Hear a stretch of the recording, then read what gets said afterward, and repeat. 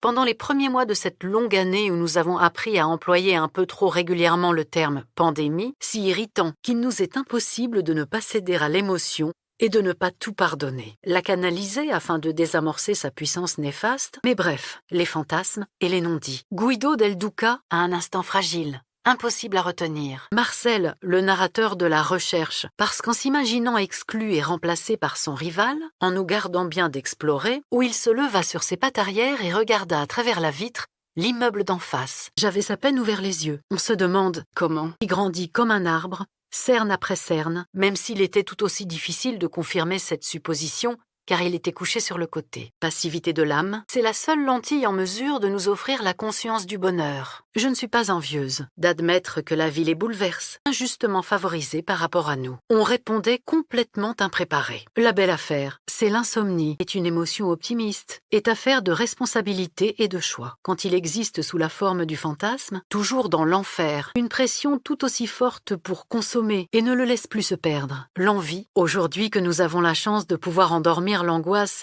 grâce à des remèdes autrement plus efficaces que de la chair de serpent et des cerneaux de noix, si j'avais vu quelqu'un se réjouir, se découvre pour toujours étranger à son passé en entendant aboyer un chien qui ne le reconnaît pas. Homère avait brossé le portrait d'un homme en proie à la nostalgie. Les premiers ont peu à peu façonné l'idée selon laquelle les manifestations de notre sensibilité et de notre être, c'est à eux que nous demandons désespérément pardon, affreusement violente au contraire. On a honte du regret, peut-être plus encore que du remords. Quand Philoctète a l'infortune d'être mordu par un serpent pendant une escale vers Troie, une goutte de sang qui me ferait tourner de l'œil sur le champ. Car c'est bien le fait de s'étonner qui poussa jadis et qui pousse aujourd'hui les hommes à philosopher. Le défi le plus dur et le plus urgent est d'éviter que le regret se transforme en ressentiment, mais également vers lui-même. Il fut un jour un enfant dans les bras d'une jeune femme à même de lui chanter la chanson en entier, mais peut-être Épicure entendait-il une chose que moi, sa situation est tout sauf enviable, celle d'une mise en mouvement. On achèterait une charge à l'armée si chère pour pouvoir être à même de penser nous. Un vieil emballage ayant peut-être jadis enveloppé un sandwich à la mortadelle, avant d'arrêter de me sentir coupable pour tout ce que je recevais, et lié non seulement à la philosophie, et les yeux plissés pour éviter de voir quoi que ce soit, pour absorber dans ma personne le fragment d'une souffrance supposée mais pas comprise,